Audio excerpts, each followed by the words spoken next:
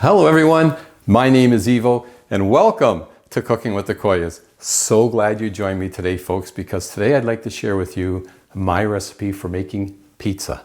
Not just any pizza, a pizza as close to Naples Italy pizza as you're going to get in a home-baked oven. Regular oven, but not regular results. I'm going to share some tips on how I make the dough, how I form the dough, and how to slide it off your pizza peel easy. Anyhow, all of that in this episode. So glad you joined me. Let's get started. So, we're going to start with flour. 00 flour, folks. 00 flour is what you're going to want. It's going to give us the texture that we want in the pizza dough, and it's what they use in Italy. It's the real deal. And you want a high protein pizza flour.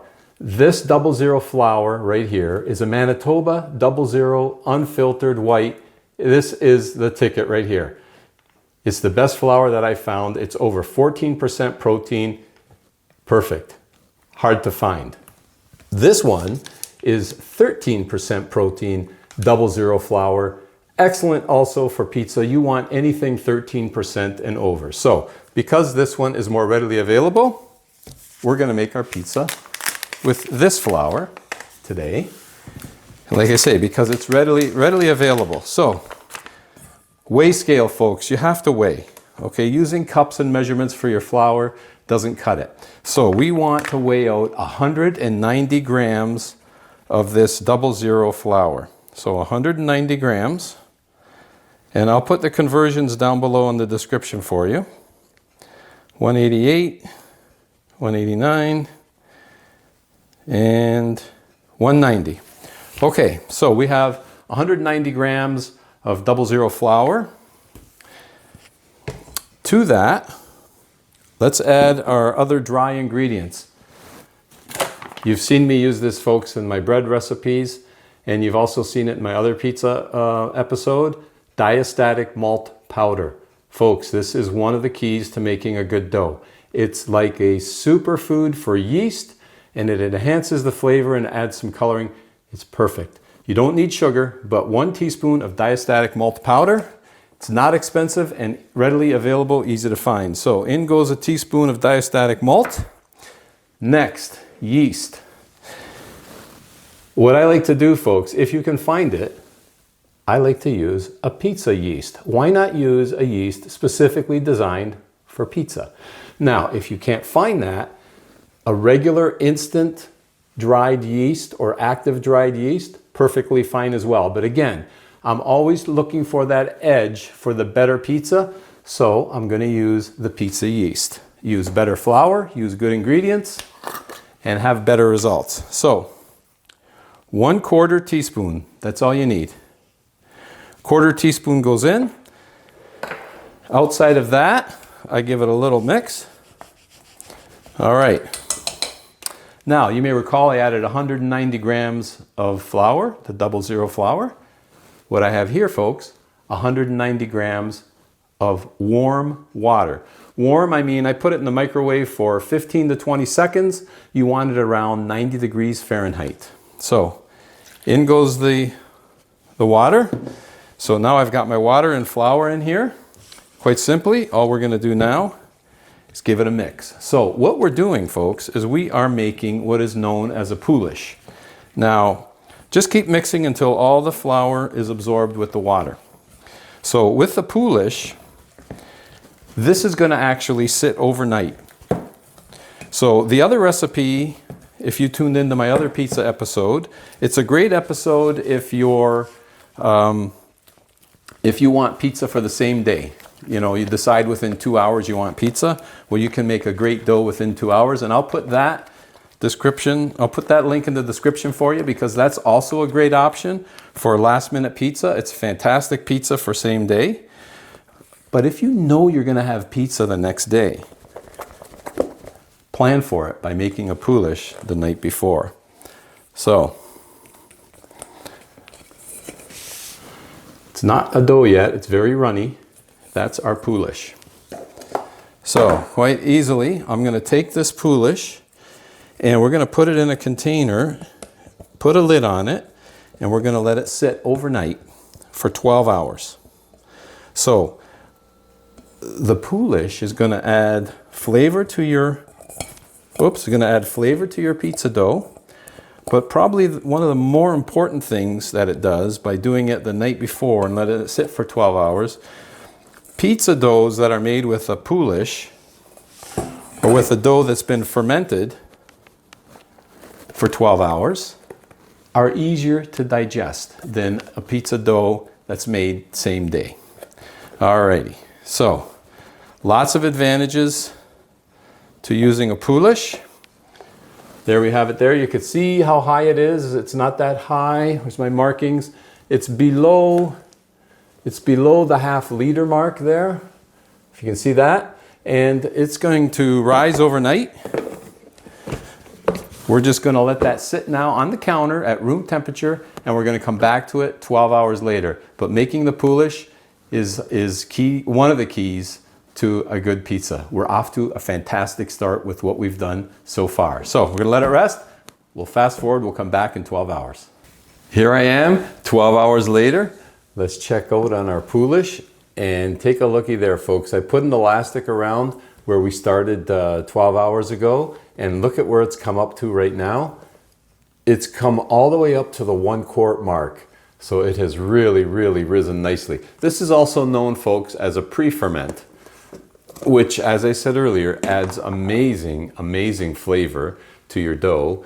And like I said, it makes it very, very easy to digest. You could eat a whole pizza without any problem at all. All right, let's mix our final dough. So take a closer look at our Poolish there. It's nice and bubbly. It's beautiful, folks. Absolutely beautiful. Okay, so we're gonna take this Poolish, and I like to use a spatula, and we're going to put it into another container, because this one will be a little bit too small once we add our final dough, or make our final dough. As you can see how well it rose overnight there. So scrape it all in, get it all out. Okay. And I'm just gonna clean this container and get all that Poolish out. So there we go, that's pretty clean.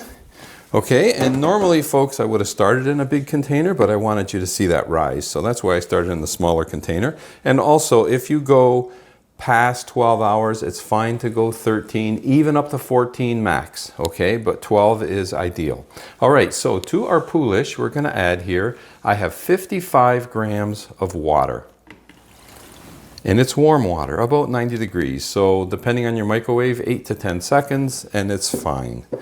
And to the water and the Poolish, we're going to add some extra virgin olive oil. In fact, we want to add 2 teaspoons of extra virgin olive oil. 1 and 2. This is going to add flavor, and also it's going to enhance the elasticity of our pizza dough, making it easier to handle. Okay, so for our flour, we're going to use the same flour again. I'm sticking with the same flour, which is our 00, high protein 00. I have here another 190 grams of 00 flour. I'm going to add the secret ingredient, 1 teaspoon of our diastatic malt powder. And here, folks, I'm going to add salt. And this is about 10 to 11 grams of salt, which is basically 1.5 teaspoons of salt. And I'm using just regular table salt. Okay, fine, you want a fine salt. Alrighty, so mix that in with the flour. All right, flour goes in with our Poolish. Okay, now we can mix our final dough. So again, I use a firm spatula and just get in there and just start mixing. Okay, so you're gonna want to, eventually we gotta get our hands in there, but I like to get it started with a spatula, or you could use a wooden spoon, or you can get right in there with your hands right away. But I like to get it started and try to pick up as much flour and that Poolish as I can before we start mixing. Okay, as you can see, we've picked up most of it. There's some there on the bottom that still needs to be picked up, but that's okay. Give my hands another quick rinse. They're clean, but can never be clean enough, right? Okay, so now with your hands, you go in and use what they call the pincher method. And you basically are going to just grab the dough and squeeze it in between your hands like that. And then move over a bit, grab it, and squeeze it in your hands like that. Okay, so I'm going to pick up the remaining part of that flour, work it around, and squeeze it into the dough. Pick up all that loose, all those loose little bits of flour you see there. You want to pick those up and make sure everything's incorporated into the dough. All right. That's pretty good. So now I'm going to use that pincer method, okay, and just squeeze the dough, flip it, squeeze it, and continue to squeeze it. I'm going to do this for about 1 minute to make sure that everything is incorporated together. Okay, I've actually went just over a minute, maybe closer to 1.5 minutes, because I wanted to get that feel, that nice smooth feel to my dough. So yes, it will stick, it will be sticky, okay, but not too bad to your hands. And now at this point, after we've mixed it, it needs a little rest. So we put a cover on, and we're going to let it rest for 20 to 30 minutes, and then we'll come back and do what we're going to call a fold process. So let's let it rest 20 to 30 minutes. Now that our 20 minutes are up, you can see our dough has been relaxing very nicely. With a damp hand, I'm going to go in and do a series of folds. And what that means, folks, is basically you're going to grab the dough, lift it up, and fold it over. Okay, so turn it a bit, grab it, lift it up, and fold it over. So I like to do, you can see here how the dough is already stiffened up. Here, I'll show you. Just grab it, lift it, fold it over. Turn it, grab it, lift it, fold it over. Okay, so basically you want to do about 20 of those. And this is going to strengthen our dough. And you could see how it's strengthening up and firming up as we're doing that, getting those glutens working. Strengthening that gluten network. Oh yeah, you could feel the dough, how it's coming together really, really nicely. Okay, you don't have to do this shaking, folks. That just makes me feel better. Basically, you just need to lift and fold. Okay, I lost count, but you want to do at least 10, up to 20. There we go. And our dough is starting to already, folks, take shape right now. Still a little sticky, all right? It's sticky, but it's not sticky too much. It's not sticking to our hand. Starting with a damp hand helps a lot. And now it needs another rest, 20 to 30 minutes. So it's been another 20, 30 minutes. Time to do another series of folds. Again, I have a damp hand. And same process, folks. Just lift and fold. Turn it a bit, lift and fold. Lift and fold. So there's 4 right there. See how it's firmed up? It's a beautiful, beautiful dough, folks. It's really taking shape. Okay, and I'm going to do about another 20. You want to do at least 10, but I like to do about 20 and really get that gluten network working. And this dough really, really firms up. And you remember how sticky it was when we first started? Now it's losing that real stickiness. It's still slightly sticky to touch, but it's not necessarily sticking on our hands. All right. Oh, this is going to be a beautiful dough, folks. You can just tell as you're working it. Okay, so there's our dough. And now it needs, see how it's sticking to my hand there a bit? It's sticking but not staying stuck. I guess that's the way that's the way I can explain it. Sticky but not staying stuck.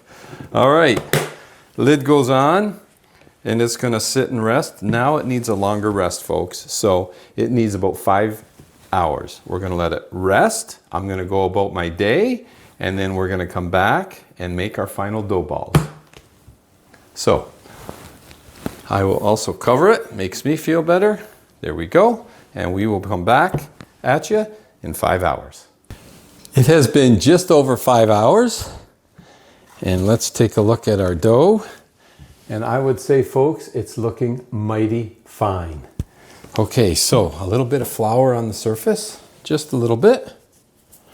Okay, and let's take our beautiful pizza dough out of its container. Nice and easy. Again, a spatula works great. Oh, I can just feel how nice this dough is, even with the spatula, folks. Okay. So, there's our dough. What we're going to do now, let's cut it in half and shape it. So this dough, folks, makes about 2 pizza doughs, around 310 grams each, in that neighborhood. So we're going to start off by cutting in half. And let's see how we did. This looks a little small. It's going to weigh that. It's 304. That's close. So I'm just going to add a touch more. 312. Okay, we're going to leave that one at 312. Now, to shape this, folks, we're going to do one of those 4 folds again. Fold over the other end, fold the side over, and fold the other side over. Okay, fold them all over, and then put them crease side down, and then just with your hand shape it into a round. And then the easiest way I can explain this, folks, is cup your hands around, both your hands around the dough, and then pull the dough towards you. Okay, and as you do that, the dough is tightening up. Okay, you want to tighten it up into a medium tight ball, and if you do it on a clean surface, the dough will grip the surface very nicely. If you do it too tight, you'll notice the skin of the dough will start to tear, and you don't necessarily want that.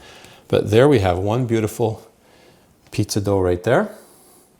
Now, back into our container we're going to go. But before we put it in there, a little bit of olive oil, just a tad, prevent from sticking. All right, line that with a little bit of olive oil. Take our beautiful pizza dough. Notice how it's not sticking anymore. It's still sticky, but not sticking. All right, we're going to put a cover on that. Let's do the other one. So, just out of curiosity, we'll tear that. All right. Let's see what we have here.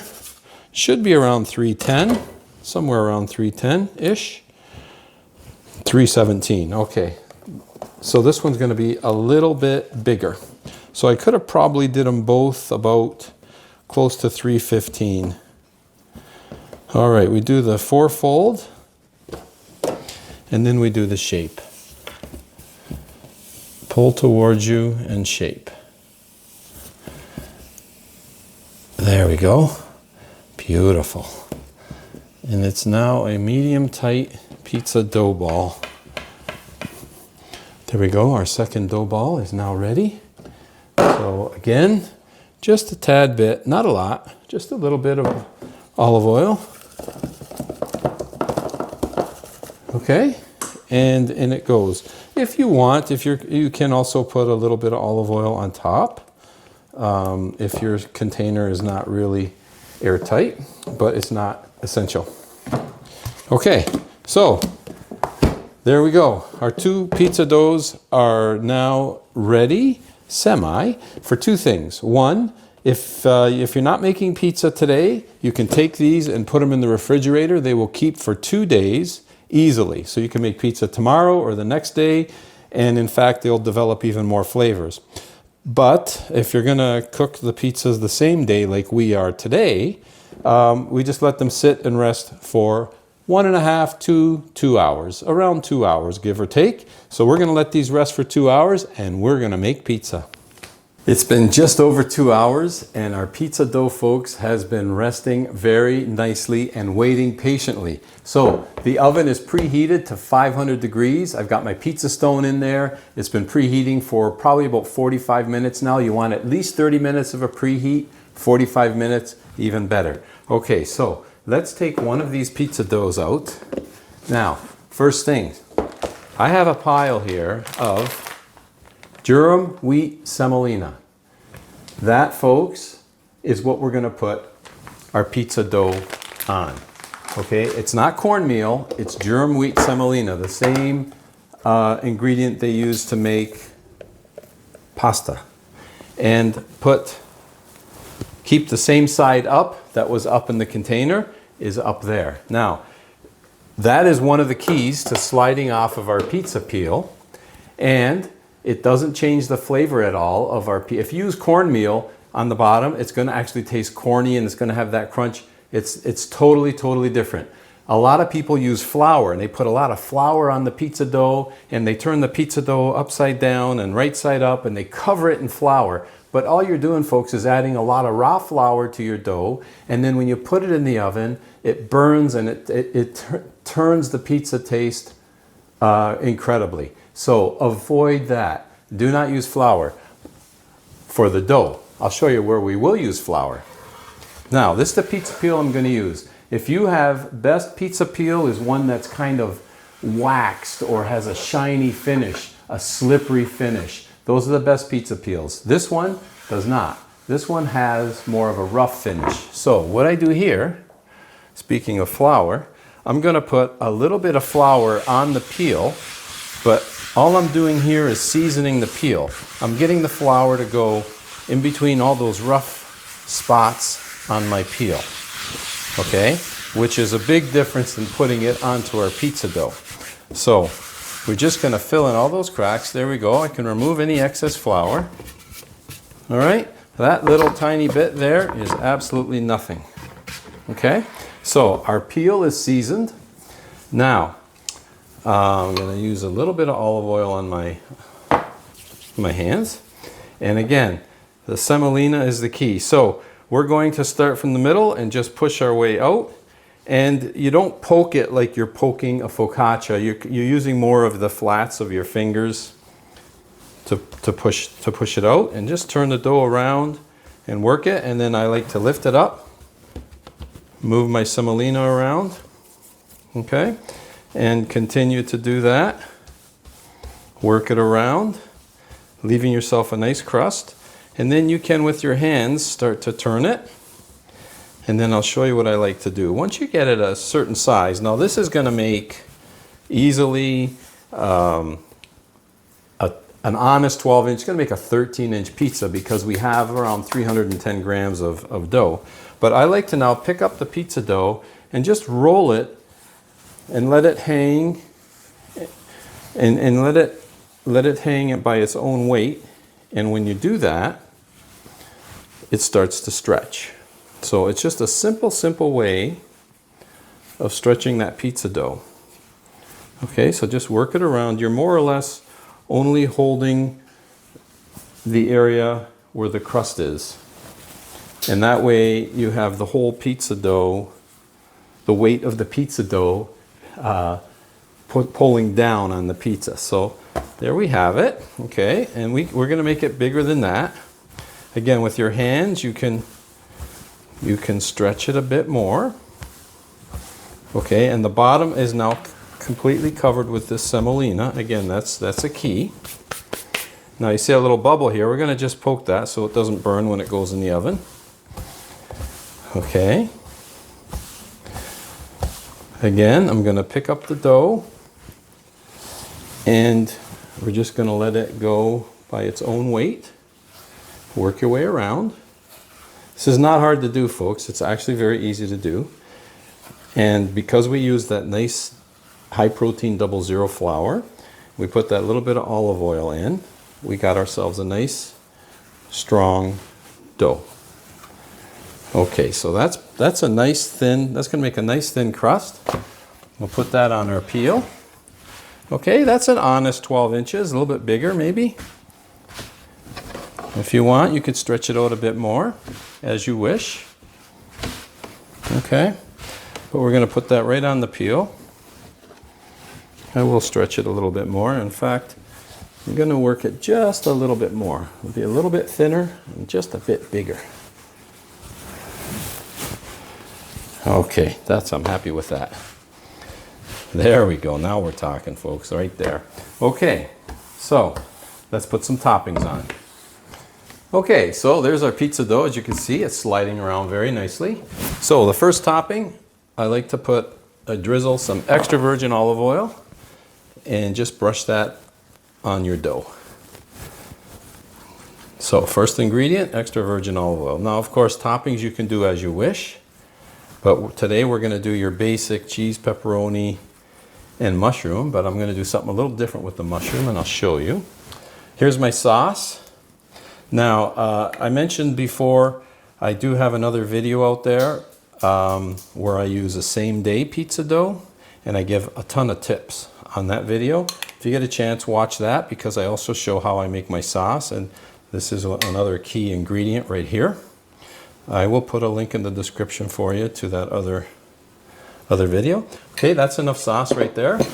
I grated some beautiful mozzarella cheese just with the old hand grater, and we're going to add our mozzarella. So find yourself a good mozzarella cheese that you like. This is a pizza mozzarella. And stay away if you can. Please stay away from those processed cheese mozzarella. I know they're tempting to buy because they're very inexpensive, but you can't beat the real deal. You want to get a good quality pizza mozzarella. Again, no worse for wear there. Now for mushrooms, I do have fresh mushrooms, but I'm going to use a mushroom bruschetta.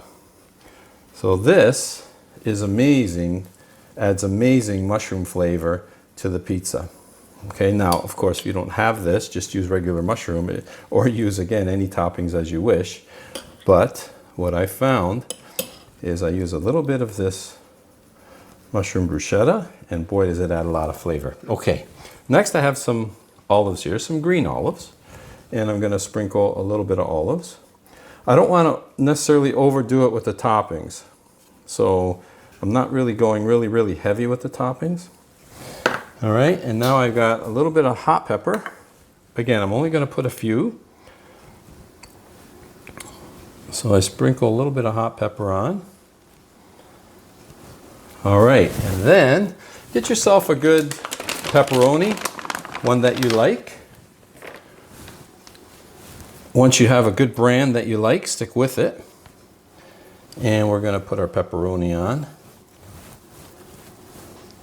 Work our way around the pizza. I like lots of pepperoni. Adds great flavor to the pizza. I also like prosciutto. Okay, but today we're sticking with pepperoni. There we go. That's it for that. So let's take a look. See how easy that's going to come off, folks? Beautiful. Let's go put it in the oven. Okay, the pizza is loose. There's my pizza stone. We're going to slide that in. Beautiful. Now we're going to get the timer going, folks, for 9 minutes. Between 9 to 10 minutes. So we want that crust to be golden brown on the outside. And what I found is 9 to 10 minutes is absolutely perfect at 500 degrees, but you'd be the judge with your oven. If you let it stay longer than, say, 9-10 minutes, let's say you let it go 12 or 15 minutes, it'll get darker and the crust will get harder. But we don't want that. We want that nice mix of that crust and the pizza to have some crunch, but be nice and soft. Okay, we're going to come back and check it out in about 9.5 minutes. We'll see how it's doing. Our 9-minute timer is up. It's just over 9 minutes. Let's take a peek. Oh yeah, that's, you know what? That, folks, is done right there. Look at that. Beautiful, beautiful, beautiful. Oh, I almost lost it there. That is perfect. Okay, we're going to take a closer look at that. But you know what I was doing while that one was cooking? I prepared the second one. Look how easy, folks, this comes off. There we go. No more struggling getting pizzas off a peel. Okay, so we're going to set our timer for that pizza for 9 minutes. In the meanwhile, let's take a look at this beautiful pizza we just took out. Oh my, folks, take a look at this pizza right there. Absolutely beautiful. Look at the crust, how it came up nicely. So what we're going to do now, I have some extra virgin olive oil. Brush it on the crust, folks. It adds flavor and nice color to our pizza. Look at there. Oh yeah, work your way around that pizza dough crust. Spread some olive oil on with a brush. Beautiful. Okay, Now, the other thing I like to do, we're going to cut into this pizza, but I want that other one to come out first so I can grab a photo. So what I like to do, I like to rest the pizza on a screen with holes so that the bottom does not sweat. I do not like putting my pizza directly on a flat plate. That sweats and starts to get soggy. This retains the crispness of the pizza and the integrity of the pizza. This is the way to go with a perforated metal dish to keep your pizza and let it cool properly. Okay, so we're gonna let that other one finish cooking and we'll bring that one out of the oven too. Oh, and by the way, while that second pizza is cooking, let's take a look at the bottom of this one. Oh, it might be hard to see with this lighting, but it's beautifully nice and dark. It's just perfect, just perfect. Not sure if you can make that out or not, but it looks spectacular. Nice golden brown. Okay, this one I let go actually 9.5 minutes because we lost a little bit of heat. Oh, but look at there, folks. When we opened the oven door on the first one, that is looking perfect. Nice golden color, ideal. Okay, let's go put some olive oil on it. Oh my, folks. The second one is just as nice as the first. Oh, beautiful. I can't wait to get into this. You're talking deliciousness right here, folks. Baked right at home in your own oven. You do not need a pizza oven. Now, if you had a pizza oven, it would be just as amazing and it wouldn't take as long to cook. But there we have it. That's our second pizza. And you notice the peel I used when I took the pizza out of the oven was a metal peel. A thin metal peel goes underneath really, really nicely and makes it easy to take the pizzas out of the oven. All right, we're gonna slide that one on. Oh boy. Okay, a quick photo and then we're gonna cut into these. I can't wait for the taste test. Oh my, folks, you bet I'm excited. Okay, this one will be the cooler one, the one we did first, and I'm gonna show the bottom. Maybe we could see it a little better this time. The bottom is absolutely perfect. Now, another tip from my son Vincenzo and my son-in-law Sean. A large wheel on a pizza cutter is much better than a smaller one. I used to have a small one. I upgraded a long time ago to this big one, and it makes it so much easier to cut. Speaking of which, oh,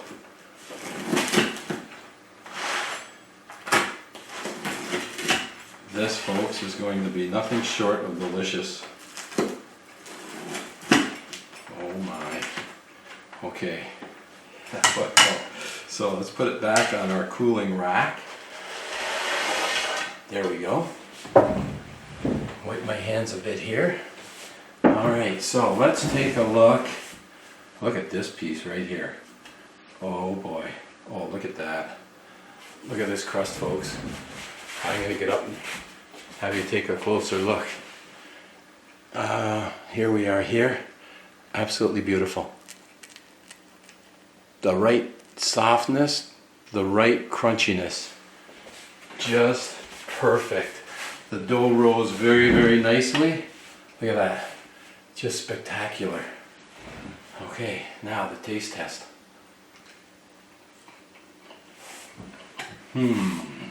Oh, okay.